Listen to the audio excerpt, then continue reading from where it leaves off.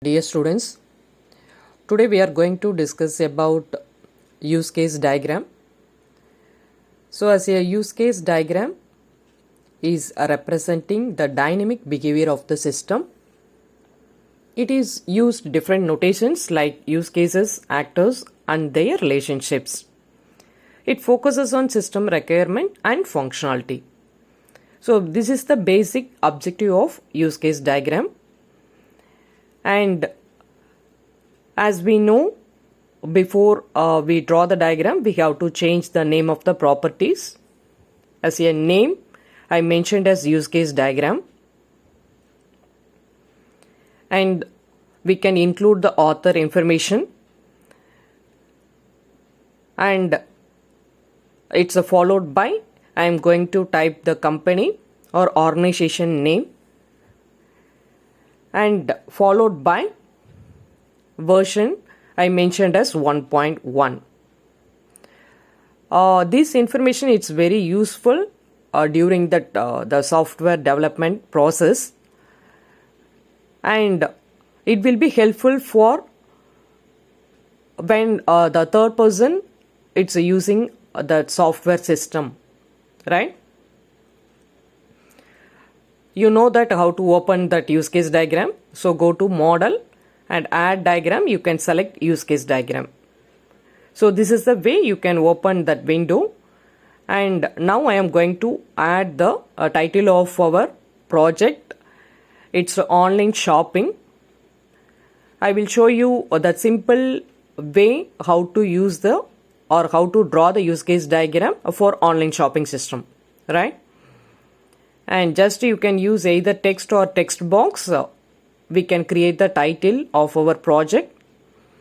And the way of representing your diagram, it's very most important. So that's why I am giving the complete information about the diagram.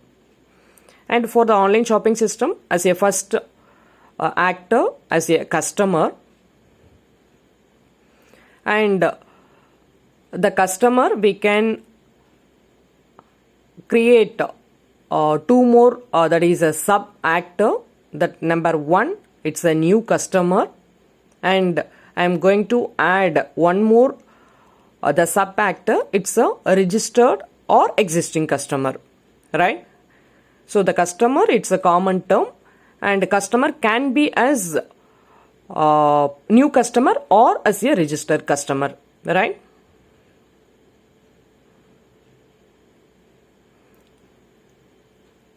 So whenever you draw the diagram, just you can adjust the space within that window, and you can align properly. It will be gives the good looking for that complete diagram, right? Next, I am going to add the boundary line. So just you can use the rectangular.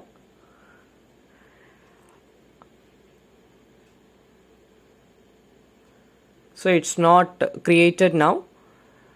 I am going to do one more time. Yes. Now we got it. So sometimes if you not click properly, if you not drag and drop properly, you will not get the notation into that screen. So that first use case, it's a login as a customer who want to purchase the item or product. This is online shopping, right? So as a website, either that mobile, that is app, or it can be as web app. In what way we have to do that process for the online shopping, right?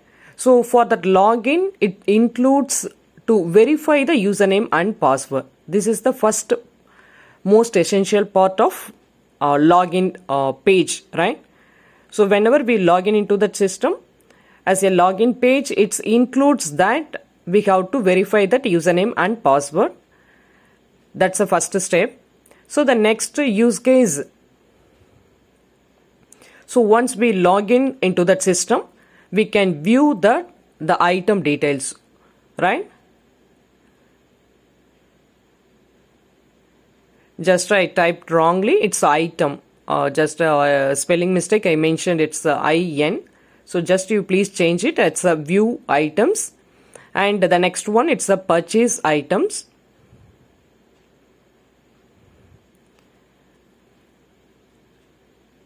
And as a purchase item, we have to add a few more that is use cases.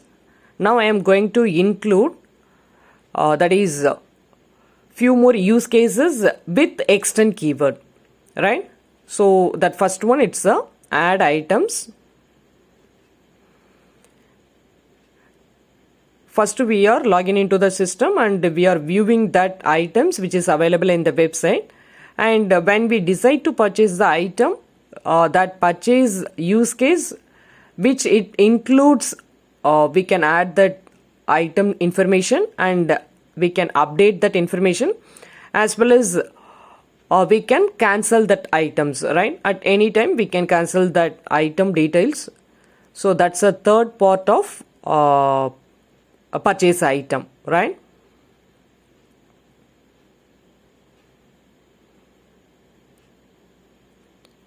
Okay, now just you can adjust as per that the font size and the notation size. So this will be helpful for you to present your diagram without any issues, right? So the next use case, it's called as payment. As a payment, we don't need to use as a separate use case. Now I am going to that when you decided to purchase the item, that payment, it includes, we have to use the keyword, it includes for purchase item. So as a students, you have to be very clear about where we have to use the keyword, it includes, where we have to use extends, right? Now I will show you, you can easily understand. So as a purchase item, it includes payment. As a payment, I can extend different kind of payments, right? So this is the way you can simply understand where we have to include that item. It's the most essential part. It means you have to use include. So it means that as a login page, it include username and password. So as we know all, right?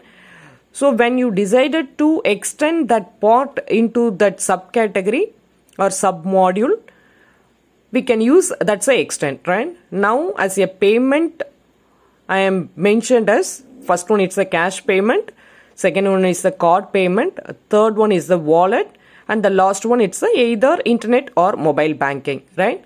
So this is the different methods we can apply for that payment. So that's why I am using as a extend keyword for the payment use case, right?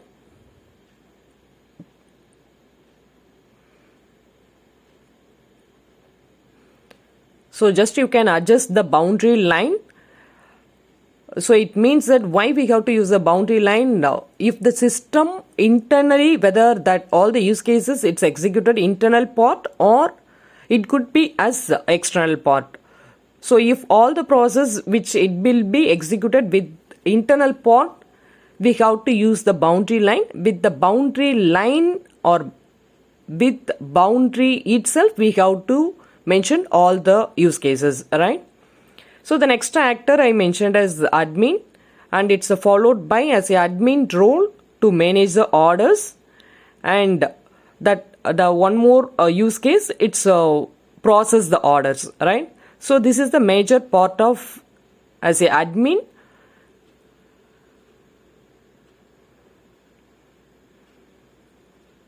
Okay, we created all the use cases. And the next step, we have to use the relationship between actor and use cases, right? That first one, as a customer can log into that system. That's the first association. As a customer can view the items. As a customer can purchase the item. And even as a customer can do that payment, right? So even though as a purchase item, it includes the payment process, just I am connecting with one more new line. As a customer can do the payment process, right? As a admin, login into that system, and we have two more use cases, right? As I mentioned, it's a login, that is admin login, and the previous one, it's a customer login, right? Admin can manage the orders, and as a admin can process the orders, right? So this is the simple diagram for online shopping. If you want to include more details, so this is the basic structure of online shopping system. Even we can include lot of the different use cases as well as actors and related associations. We can use it for use case diagram. This is not that's a final stage. We can say this is the use case diagram for online shopping, right? We have lot of notations, and as well as wherever you try to include some new models, you can add as per your wish, right? So just for your understanding, I add that colors to different use cases, right? That colors, it's easily we can look into that system. So what are the main use cases it's connected with actors, and what kind of the sub use cases we connected with the main part, right? Now just I changed as the common color for main use cases, it's connected with customer, and I am adding few more different colors for either includes or extend, right?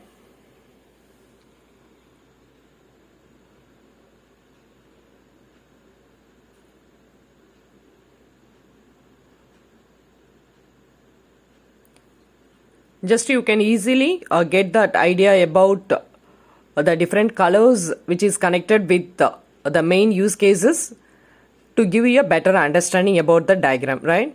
Just I missed the cancel orders. Just you can add some more colors for to cancel the orders, right?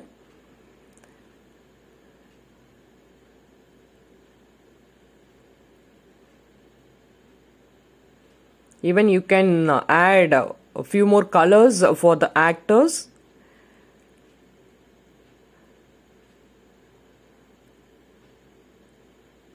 So as a main actor have some colors, and for the sub actor can use the same colors, right? And this is the final outlook of use case diagram for online shopping systems. So at last, once you completed the diagram, you verify that all the part it's over, and so once if it is finalized, you can save your project, and you can convert into that form of that image files, right? Thank you.